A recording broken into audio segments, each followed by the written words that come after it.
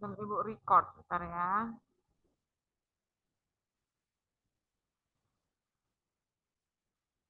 Nanti ya video Ibu. Sebentar ya. Bentar. Salam. Bentar ya. Ya, Bu. Iya, Bu. Jadi kalau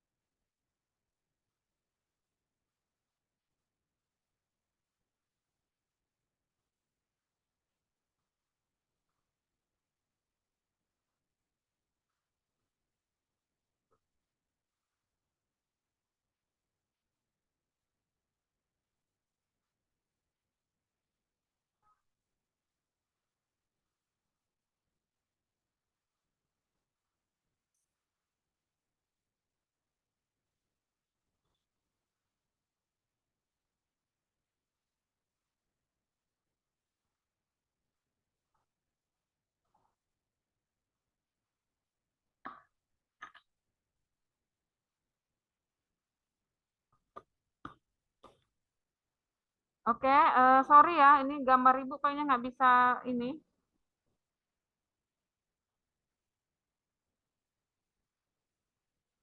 Oke, silakan dilanjutkan.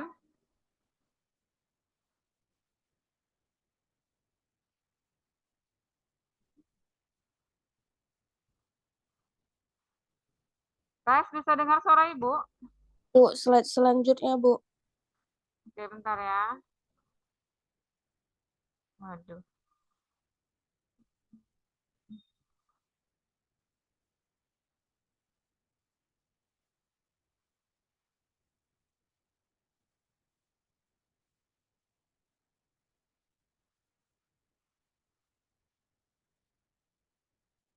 Oke, silakan.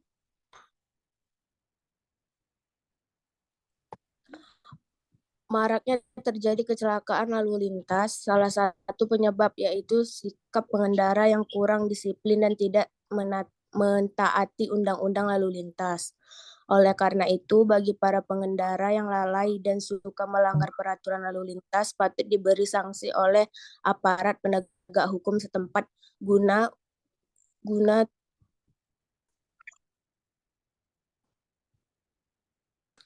guna tidak mengulangi kesalahannya lagi. Akan tetapi pada kenyataannya, walaupun sudah berkali-kali diingatkan, namun masih ada saja pengendara baik sepeda motor ataupun mobil yang masih membandel. Pengendara tidak tidak pernah menyadari bahwa kelalaian yang dilakukannya walaupun kecil tapi dapat mengakibatkan dampak yang besar. Contohnya, pengemudi yang menggunakan kecepatan tinggi, maka risiko yang terjadi adalah kecelakaan dan nyawa sudah pasti menjadi taruhannya. Begitu pula bagi pengemudi yang tidak memakai helm, khususnya pengendara sepeda motor. Walaupun itu adalah hal kecil, tapi helm adalah salah satu pelindung apabila pada saat perjalanan mengalami kecelakaan, maka helm dapat melindungi benturan pada kepala, karena kepala merupakan organ tubuh yang sangat rentan.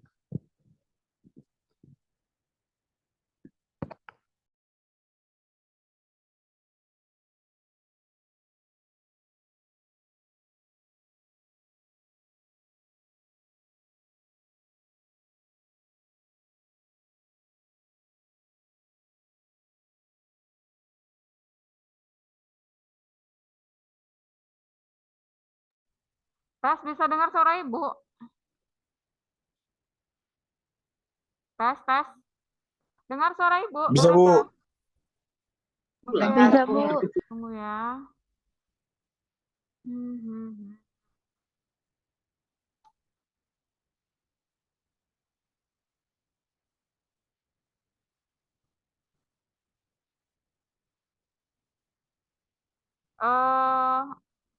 Ini hilang pula loh ininya, share screen-nya. Tadi udah Ibu ini. Bentar ya.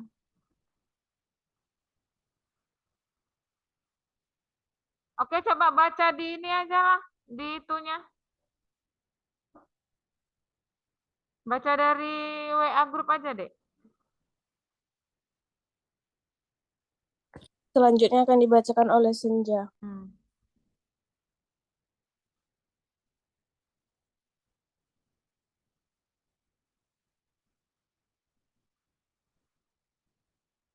Bisa dibacakan dari WA grup saja.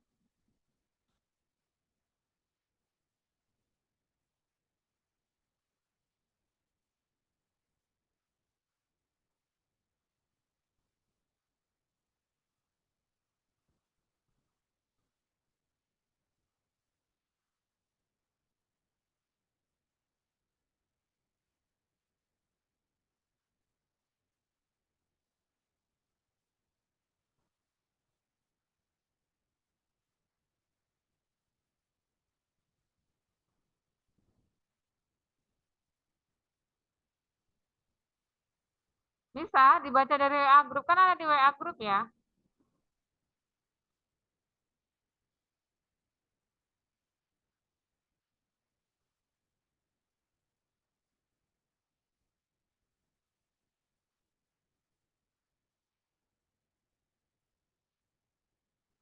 Sebentar ya, Bu. Ya.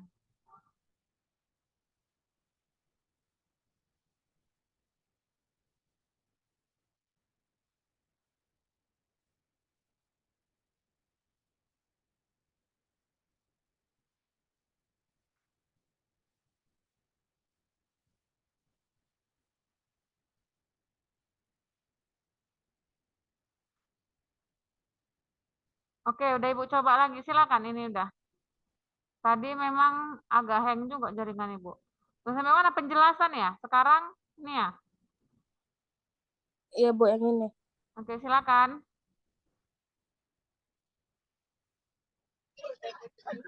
Adapun perlindungan keselamatan dan keselamatan berkendara merupakan hal penting bahkan diatur dalam Undang-Undang Nomor 22 Tahun 2009 Pasal 57 Ayat 3. Maka bagi pengendara yang melanggar peraturan tersebut akan dikenakan sanksi pidana paling lama 1 bulan atau denda paling banyak 250.000 seperti diatur dalam pasal 278. Selain peraturan mengenai alat keselamatan pengendara, masih banyak lagi peraturan-peraturan lalu lintas yang harus dipelajari dan dipatuhi oleh pengendara atau pengguna jalan raya. Dengan demikian, tidak ada lagi pertikaian atau perselisihan antara pengemudi dengan aparat kepolisian mengenai permasalahan pelanggaran lalu lintas.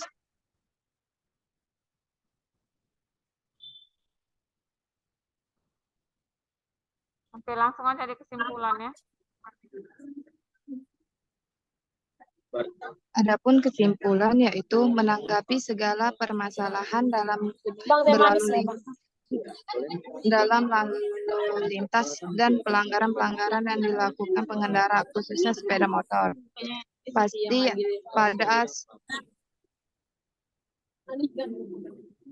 Pasti ada suatu hal yang mendasari atau melatar belakangi alasan para pengendara tersebut melanggar peraturan lalu lintas. Apabila dilihat dari segi kemungkinan yang terlihat, terjadinya pelanggaran lalu lintas bukan hanya dari faktor masyarakat sebagai pengguna jalan saja, tetapi mencakup semua aspek seperti kurangnya sarana dan prasarana dari pemerintah seperti kondisi jalan yang rusak. Selain itu, untuk menanggapi pelanggaran terkait kelengkapan surat-surat berkendara seperti SIM, alasan pengemudi tidak mau membuat SIM yaitu karena proses pembuatan SIM yang sulit dan terkadang prosedur pembuatannya yang berbelit, sehingga pengendara sepeda motor malas melengkapi surat-surat berkendara. Melihat permasalahan di atas, maka harus ditemukan solusi yang tepat agar masalah mengenai pelanggaran lalu lintas dapat diatasi, sehingga dengan demikian pengguna angkutan jalan baik mobil atau sepeda motor dapat menggunakan jalan raya dengan tertib. Selain itu juga lebih meringankan beban aparat kepolisian dan menertibkan kondisi lalu lintas. Oke, udah ya. Baik. Mungkin langsung aja sesi tanya jawab ya. Silakan kalau ada temennya yang mau bertanya, memberi saran, masukan kepada kelompok 1, Ibu persilakan. Ini masih definisi dan ruang lingkup ya dari hukum transportasi. Silakan. Satu penanya aja ya. Anda? Saya, Bu. Oke, silakan. Lucy ya. Silakan Lucy. Bagaimana pengaturan terkait lalu lintas antar negara dalam Undang-Undang Nomor 22 Tahun 2009 tentang lalu lintas dan angkutan jalan, dan bagaimana pelaksanaannya dilakukan untuk membangun kesepahaman dan koordinasi antar negara mengenai hal ini? Oke, baik. Jadi bagus ya pertanyaan Lucy ya. Bagaimana tadi pengaturan ya hukum transportasi antar negara dan bagaimana kesepahaman ya antar negara terkait dengan hukum transportasi. Silakan, mungkin Naila, Senja, atau kawannya yang lain yang mau memberikan jawaban. Bu, nggak kedengaran, Bu. Pertanyaan Lucy tadi intinya bagaimana pengaturan ya untuk hukum transportasi antar negara dan bagaimana kesepakatan antar negara agar hukum transportasi ini ya bisa teratur gitu. Ini dia terkait dengan transportasi antar negara ini Lucy ya. Iya, Bu. Ya, oke gitu. Gitu Naila dan Senja. Bagaimana pengaturan hukum transportasi antar negara dan kesepahaman antar negaranya. Silakan.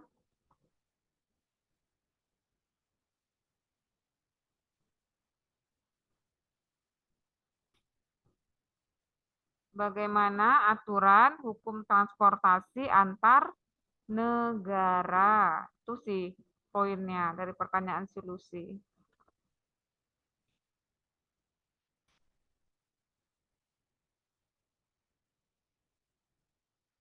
Silakan dijawab Naila, Senja, Eriska.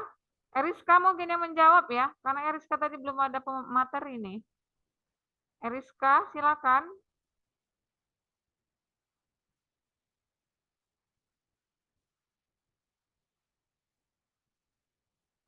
Adanya si Eriska ini.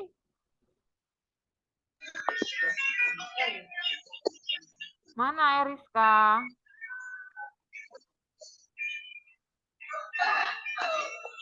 Nggak ada, hilang. Hilang si Eriska.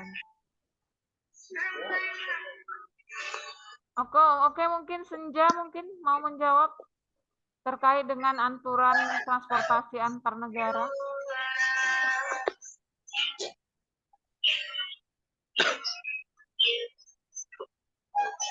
Atau yang lain mungkin, teman-teman yang lain mau bantu menjawab, silakan. Silakan.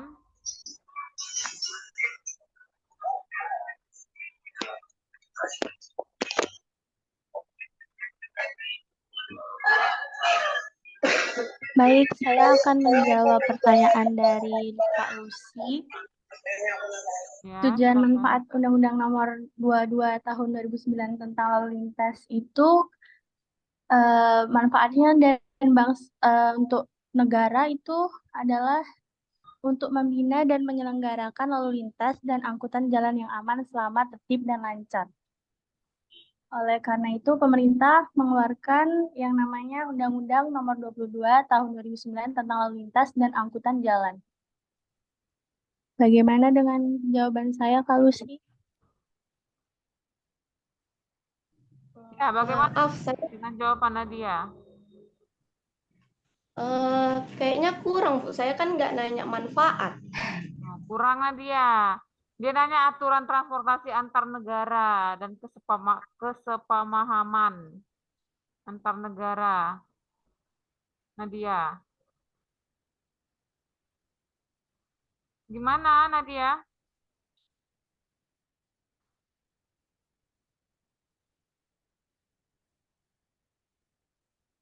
Yang lain mungkin. Jadi dia nanyanya si Lucy tentang aturan Hukum transportasi antar negara.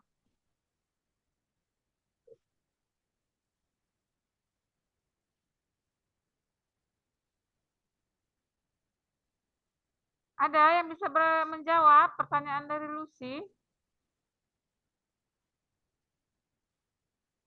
Ya, mungkin karena timing ya. Ini jadi PR ya. Jadi pertanyaan Lucy jadi PR buat kita. Nanti kalian bisa beri jawabannya di WA group ya. Karena timing Ibu sudah menunjukkan 8 menit lagi akan berakhir ya.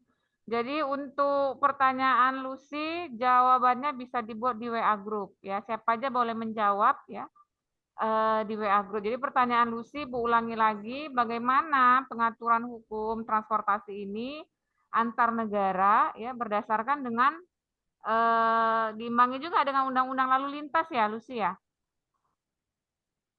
Iya, Bu. Undang-Undang Nomor 22 Tahun 2009. Ya, jadi landasannya kan itu. Cuma ada nggak aturan antar negara terkait dengan hukum transportasi ya, baik darat, laut, dan udara lah ini ya. Kemudian juga bagaimana kesepahaman ya daripada negara-negara terkait dengan hukum transportasi ini. Jadi dia masuk ke ranah hukum perdata internasional ya. Jadi jawabannya nanti boleh dibuat di WA group. Ya, jadi pertanyaan Lucy ini PR buat kita semua. Dan Ibu harap kalian bisa bantu menjawab ya untuk kelompok 1. Oke, mungkin Ibu tutup dulu ya sesi hari ini ya. Jadi sebenarnya asik ya sebenarnya presentasinya, saja memang keterbatasan ruang dan waktu. Untuk pertemuan minggu depan, Ibu nggak bisa Senin ya. Jadi kita ganti mungkin hari online juga aja lah ya. Jadi minggu depan kita tetap online, tetapi kita buat di hari hari Selasa mungkin ya. Selasa depan kita online. Jadi Senin depan Ibu belum bisa juga untuk tatap muka. Jadi kita masih online dan Selasa depan yang akan presentasi itu adalah kelompok 2. Jadi persiapkan ya untuk kelompok 2. Ada. Ada ya. Kelompok 2 untuk presentase ya, presentasi di Selasa depan, Selasa jam 4 sore lagi ya. Buat jadi seperti ini ya, kita online. Oke, mungkin Ibu akhirin dan pertanyaan Lucy menjadi homework buat kita semua. Ibu harap bisa dijawab di WA group ya. Siapa aja boleh jawab untuk membantu kelompok 1. Dan minggu depan Ibu ingatkan sekali lagi kelompok 2 yang akan presentasi online di jam 4 sore. Oke, Ibu tutup dulu ya mungkin ya. Ibu tutup perkuliahan ini dengan ucapan terima kasih. Kita berjumpa Selasa depan. Ingat jangan lupa kelompok 2 yang akan maju.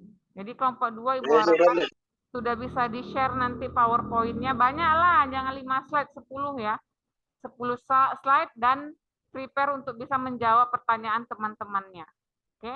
Baik Ibu akhiri, terima kasih Ibu ucapkan. Assalamualaikum warahmatullahi wabarakatuh. Waalaikumsalam.